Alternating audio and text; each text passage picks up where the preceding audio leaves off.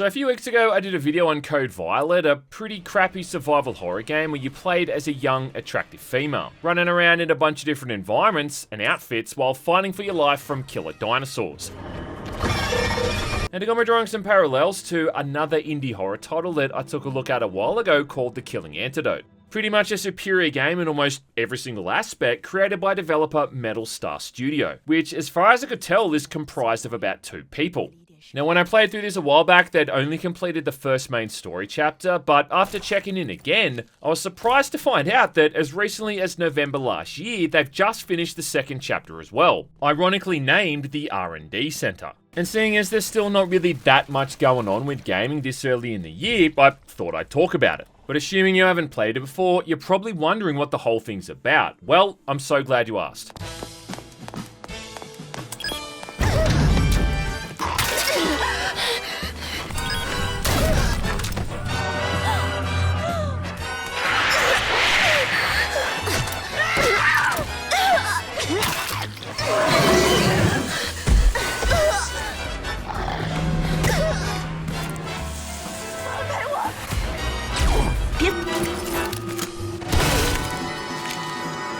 To sum the whole thing up, it's very Resident Evil inspired, taking place in a world where there's some kind of mysterious viral outbreak that's turned everyone into zombies. Although in the game for some reason they're referred to as mutants. Anyway, you're playing as a young woman named Jodie, a journalist who's sneaking into this abandoned facility which is supposed to be ground zero for the whole infection. Having to explore this entire area, finding crucial items like key cards as you unlock previously locked doors, along with avoiding this constant threat of hostile zombies as you try to uncover the truth. Occasionally you'll see other humans, either scientists or this mysterious mercenary group that seems to be sent in there to liquidate all the survivors. But otherwise, it's a mostly solitary journey. Just you in this hostile environment doing the best you can to keep your head on your shoulders. With all those classic survival horror tropes like safe rooms, manual save points, an item box, and a whole bunch of resource management to contend with. And overall, it's surprisingly fun to play through, even though it did often feel like you were moving through this montage of Unreal Engine library assets. And I think a big part of what made it so fun was just how the controls and the shooting were responsive and smooth, with great reactive animations when hitting enemies and some truly satisfying weapons. Not to mention, it was surprisingly challenging, with the threat of getting overwhelmed by the zombies being genuinely possible.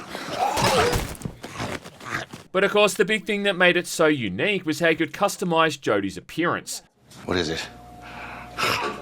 Is it titties? By choosing different hairstyles and makeup effects, and then also collecting dozens of different bits of clothing found throughout the facility. Clothing which, by the way, could also be ripped off her body, as the more damage you took, the less these clothes did their job of covering her up, to the point that they'd literally be ripped to pieces, leaving you standing there in your underwear. After a while as well, Jodie could get dirty and sweaty from all the running around, and then the only way to clean that up was to take showers at different safe rooms. And I mean, if that's not enough to get someone interested in playing this, then I don't know what is.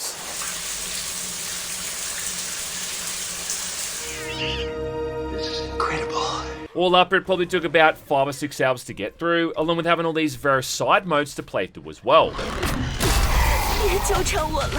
Some of which had unique clothing items of their own that you could only get through these modes specifically. And then combine all of this with a ridiculously active modding community that's always adding new outfits and cosmetic items, along with custom maps to play through, and yeah, you can see how much value you're really getting. Now, the first chapter ended with Jodie getting this elevator working, which unlocked the R&D department, taking this ominous ride down to metaphorical hell to continue her journey, which is where things pick up. First things first though, I had to make sure she's got the right fit for the job, so I decked her out in a tank top, short skirt, and some speed dealer sunnies. She's instantly attacked from behind by some unseen creature, which she somehow immediately knows is the same thing chasing her from the first chapter. And then before I can even blink, I'm ambushed by all these zombies and fighting for my life. Very quickly introducing one of the new mechanics, which is being able to destroy all this reinforced glass with explosions. Done primarily by killing these hazmat zombies that have got tanks on their back. which later on also becomes pretty handy, as these things sort of function as red barrels on legs. Plus, it's also like a really neat visual effect, I think, being able to break these windows down chunk by chunk. It also soon introduces another new mechanic here where the zombies can now throw melee weapons like hammers and knives, which, as far as I can remember, didn't happen in that first chapter.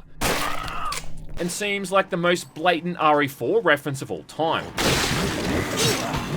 Plus, it does also show off some of the new melee weapons, like with the machete, which is absolutely effective as you'd expect. There's even this new kill animation where she lodges a weapon in their head and then has to use her foot for leverage to pull it out again. I do want to say as well that I kind of stuffed up in my first video by saying that the melee weapons aren't all that effective, which isn't true and to be honest probably never was. In fact, I think you could get through 90% of the game here using melee weapons alone. Either way though, I just wanted to rectify on one of the incredibly dumb things that I've said in the past. Anyway, we get a new gadget here as well with the Toxin Grenade, another new item I think, which has the handy benefit of making the zombies attack each other as opposed to the player. So overall, I'd say that this first area is a pretty good little reintroduction to how the whole thing works, without coming across as being too overwhelming. Also giving you enough ammo for the pistol and a couple other weapons to make sure you can get by. Even if it does annoyingly bring back those spitting zombies, which are about as fun to kill as it is trying to piss with a piece of cellophane over your dick hole. Soon after this, I find the first save point and then start clearing out the nearby rooms. To suddenly be attacked by a bunch of zombies coming from this nearby staircase, yet totally forgetting how dangerous and aggressive these things can be. And then after finding the first of many keycards we're going to be coming across, even more of these zombies appear, bashing down nearby doors and coming at me by the dozen, which almost makes those hazmat zombies a necessity at wiping out the big clusters at once.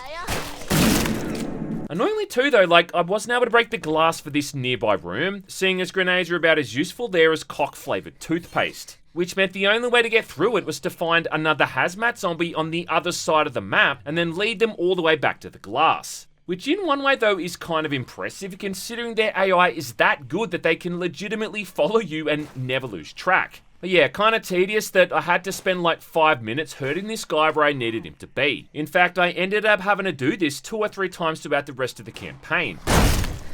Either way though, it was worth it because in this room is one of the new guns with the Desert Eagle, which is going to see some serious mileage over the next couple of hours. Along with there also being a vending machine in here which sells a bunch of pieces for Jodie's new outfit, a Christmas themed one. And yeah, like it might be a bit late for all that, but I'm not about to look a gift horse in the mouth. After this, I start checking out this new area where I get ambushed by about a bazillion zombies. And this shit just goes on and on, man. I mean, it's way more intense than anything you had to do in that first chapter. Really showing how they've ramped up the difficulty in this second one. As I enter the server room, I get this cinematic where, for some reason, the physics for Jodie's tank top freaked the fuck out. Yeah, something I sure as hell can't show on this video. Also meeting a new character here with a bloke named Jason. Yeah, a so-called computer specialist sent to the area to shut down all the communication equipment, but who's been unable to do so considering the systems aren't responding. He also claims to be the deputy director of the whole facility, which means he can get Jodie into all these other locked areas, and with no other option, the two of them decide to team up. Starting a lengthy sequence where you walk slowly behind the guy as he leads you onward. And can this be like a PSA to people watching this who are thinking about making their own game? Like if you're gonna have a sequence where the player has to follow someone else, like an NPC, please have that character moving a speed as fast as the player can. Like even a light jog would have been preferable to this. I mean, it's like, damn, dude, like the whole place is overrun with monsters and zombies. Is it that much of a big ass that old mate could put a bit of pep in his step? Anyway, not too long into this sequence, Jodie gives Jason a gun, and then they're conveniently ambushed by this new zombie type. A super buff, roided up one that looks like something out of Dead Island, which isn't too hard to deal with and just occasionally charges at the player. I will say too that Jason is surprisingly adept at holding his own against the enemies, and he's a regular John Wick with that pistol. And even if he is downed, you can easily revive him without any real penalty. Soon after this, I find a new weapon as well with the Tiger Assault Rifle, which is really just the same as the one from the first chapter, but fires slower and does slightly more damage. Then there's another roided up zombie shortly after this, where I'm starting to see a bit of a trend here of throwing these guys in to slow the whole thing down. In the next room, we come across these inactive robots, which, yeah, I'm sure in no way are going to come back later on as a new enemy type to deal with. As well as finding a weapon attachment in a locker, the first of many. Which is another pretty cool mechanic that this chapter adds in, where you can add sights, foregrips, and barrel extensions to change how the weapons handle. Like chuck a sight on your rifle, for instance, and it can now be aimed in first-person mode, making headshots a lot easier. You can even customize the paint job, with there being a couple of options there too. There's another cinematic introducing a new enemy type afterwards, this time these huge fat assholes that give Jodie a good old bear hug, while Jason just stands there watching like a complete dickhead.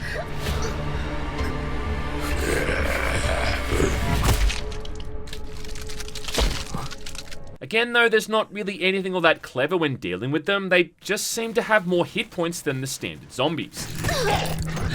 Later variants can explode if they get too close, and some of them can also spit out these little parasite things, which then latch onto Jodie like a bad smell. But every time one of these things shows up, it really just forces you to backpedal as you try to whittle their health down with constant headshots.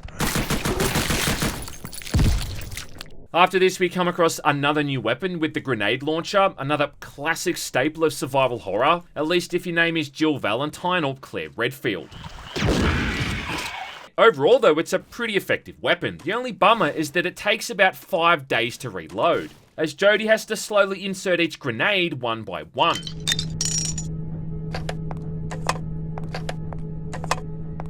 Plus, I also learned pretty quickly that friendly fire exists in this game, as I found out when I accidentally made Jason catch a few of these grenades with his face. At this point, I did start to notice that Jodie's clothes were looking like she'd just spent the night sleeping in a garbage dump, so with nothing else really available, we bust out the old Christmas outfit and continue on. Heading right into another cinematic where we find the hardware necessary to repair the server, only for Jason to be fucking yeeted out of the window by this same creature we fought in Chapter 1. Yeah. Jason! Oh, yeah! Jason! Either way, though, it's pretty simple to begin with. You use all these shelves as cover as much as possible while shooting it in the face. Where it starts to get annoying, though, is when it changes into this second phase, where it jumps into one of the nearby windows and starts throwing other zombies at the player. Zombies which then quickly come to life and start attacking, and you quite simply can't kill these things, as well as dish out any serious damage to the boss. I mean, you obviously want to beat this thing, but if you focus on shooting it and not the zombies, it's really easy to get overwhelmed. I will say though that the sight of the boss launching these things with these 2004 era physics is pretty damn funny. And eventually, after about 5 or so minutes of shooting it, it does eventually go down. I hate your guts! With a pretty cool cutscene where Jodie runs over to its corpse and unloads a few more rounds, just to be sure. And I mean, just compare this to that Code Violet game I covered a couple of weeks back.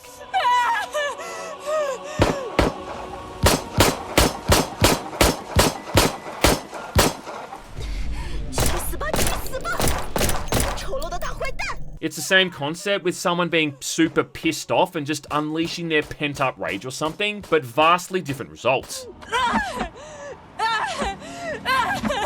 killed her! Anyway, now we've got the router, which can be used back at that server room to fix the server, which then unlocks a new door somewhere. 门开了，可这个提示是怎么回事？ We're also supposed to go back and find Jason, but mysteriously the dude's vanished, which does make me think that he's going to come back later on as some kind of antagonist. We do at least find another keycard here, which is then used all the way back near the first safe room to open a new door in the robotics area, which then sends us all the way back to the robotics area. And I do want to mention as well how much I appreciate that really handy feature where if you click on a keycard in your inventory, it's going to show you an overlay of all the available doors that you can use it on. So you don't have to waste your time going in circles trying to find the 1 or 2 doors that you've missed. I mean, it's a small feature, but a huge quality of life effect. It also introduces another new threat here with these automated security turrets. The first of which kills me so fucking quickly that it was just shocking. I mean, I was shocked.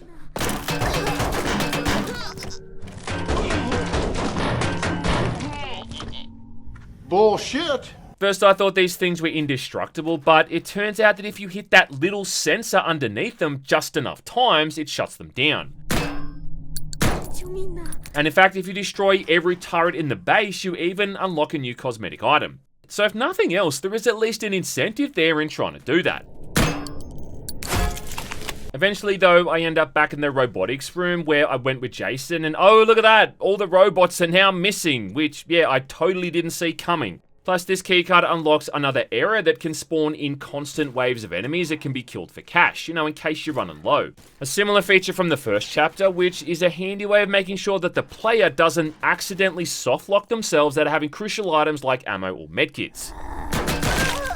And after exploring both of these new areas, I unlocked the archive room, and also noticed that again my clothes are kinda ruined, with Jodie's entire top having been torn to shreds, forcing me to change outfits yet again.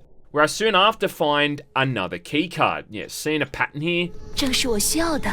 Along with being introduced to another new zombie variant that seems to be impervious to guns. Yeah, you see, while these guys might look like your standard zombies, apparently the only way to kill them is with melee weapons.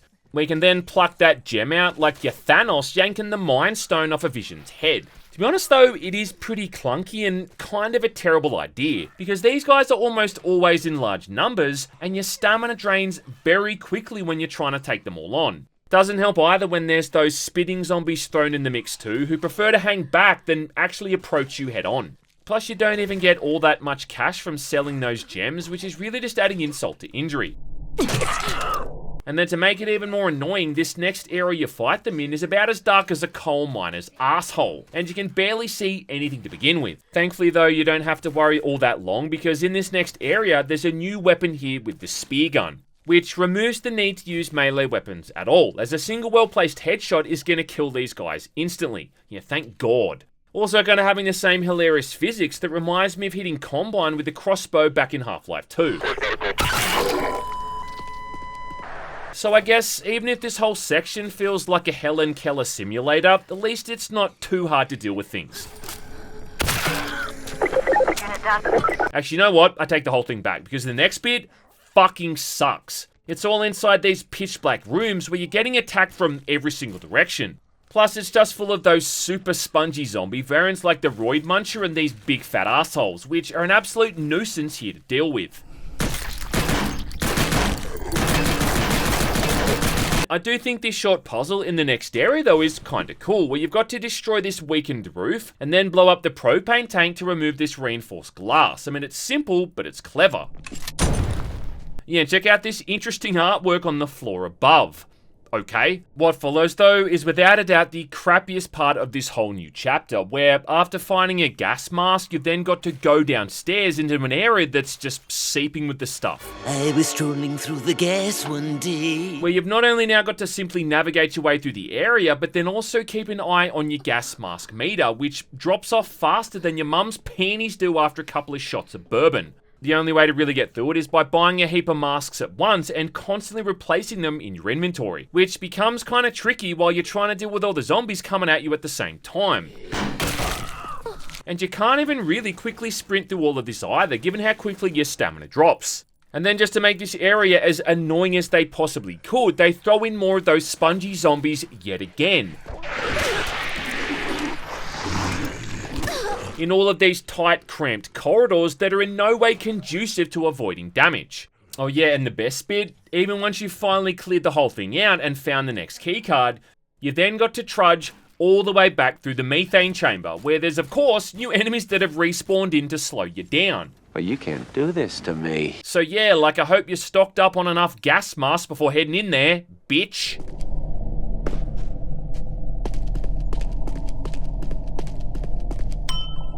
This new card we found though ends up opening another safe room where we meet the final new zombie type in the chapter with these weird looking nurses that are like part Silent Hill 2 and part, I don't know, Harvey Dent.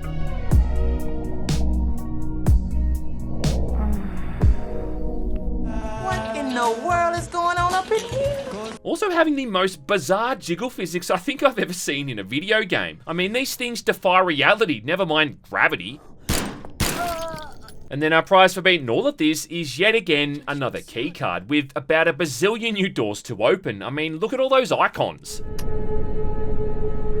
I try the first door I can find, which only opens halfway for some reason. Turns out what you gotta do here is shoot this tiny door panel on the other side of the hallway, then run all the way around and you can get in.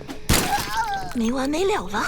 Next bit is actually kind of interesting though, because in some of these key-carded rooms are female survivors, a bunch of which seem to shop at the same place because they've all got similar clothes on, and who again, like Jason, are really effective at taking out other zombies. You can even give them pistols and other ranged weapons, but even with just the melee weapons, which they automatically pick up themselves, they're pretty damn good at killing things. To the point that it just becomes comical, watching these supermodels going around beating the shit out of all these enemies with wrenches and hammers. And after a few minutes here, I've basically got my own harem of bodacious, badass zombie beating babes. In fact, I reckon you could just stand back and let them kill everything themselves if you wanted to. The last girl I rescued also has the access key for the main laboratory, which, let's be honest, is really just another keycard. And when I try to use it back in the control room, there's this final barrage of zombies that literally falls from the ceiling, as well as more or less coming out of the goddamn walls. And while the girls put up a valiant fight here, sadly, I lose a few of them in the carnage. Oh yeah, and in fact too, and what's a pretty neat little twist, if any of them are killed, they quickly reanimate and turn into zombies, chasing after Jodie. Which is kind of sad, but also awesome at the same time.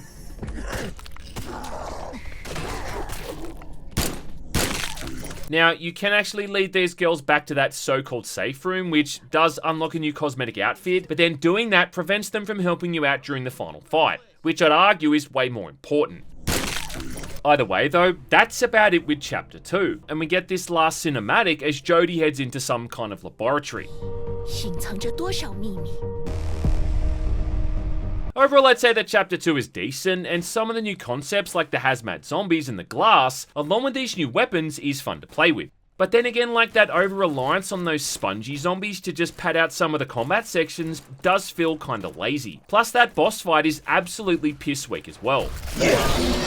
Along with those annoying gem head zombies, which are about as fun as catching syphilis off a dead horse. It also did feel overall shorter than the first chapter, taking me about 2.5 hours all up to get through, whereas the first one took me upwards of double that. Content-wise here, you're not short of things to play with. And just in the community alone, there's so much stuff that they've added on that Steam Workshop. Not to mention all the other stuff for the game over on Nexus Mods. Like with all these various custom maps that people have modded in, along with the different outfits and costumes as well. In fact, there's even a mod out there so you can break through the glass in the second chapter with your basic weapons, along with another one that makes it so you can kill the gem zombies with regular weapons. I actually installed one that increased Jodie's stamina by about 90%, just so I didn't have to stop every 10 seconds to catch my breath, when I was simply trying to get from one side of the map to the other. So there is so much potential there to really customize the experience and tailor it to your own playstyle. Is it titties? Not to mention just the incentive of playing through the whole thing all over again with all these outfit pieces and trying to find the stuff you missed. For instance, even just going around and shooting all the security cameras ends up getting you a new clothing piece for Jodie. And I mean, at the end of the day, that's what the whole thing's about, right? Dressing her up a certain way and then watching as all your hard work is stripped away. Literally. But yeah, like it's definitely not as good overall as that first chapter was, and it's resolved bugger all plot points as well. In fact, if anything, it's just made the whole thing even more muddled. I mean, the whole disappearance of Jason just really goes nowhere, and though these scattered audio logs do give a bit more information, we're still very much being kept in the dark here. Jason! Still though, even as it is, the Killing Antidote offers up some of the best indie survival horror action you're gonna get, and it makes some of the other slops seem beyond basic in comparison. You killed her! I'm really hoping they can wrap the whole thing up with this ensuing Chapter 3 and answer some much needed questions, but either way though, the devs have still created something pretty damn fun here. And if you're looking for something to get you in the mood while you wait for the upcoming Resident Evil 9, well, believe me, you could do a hell of a lot worse.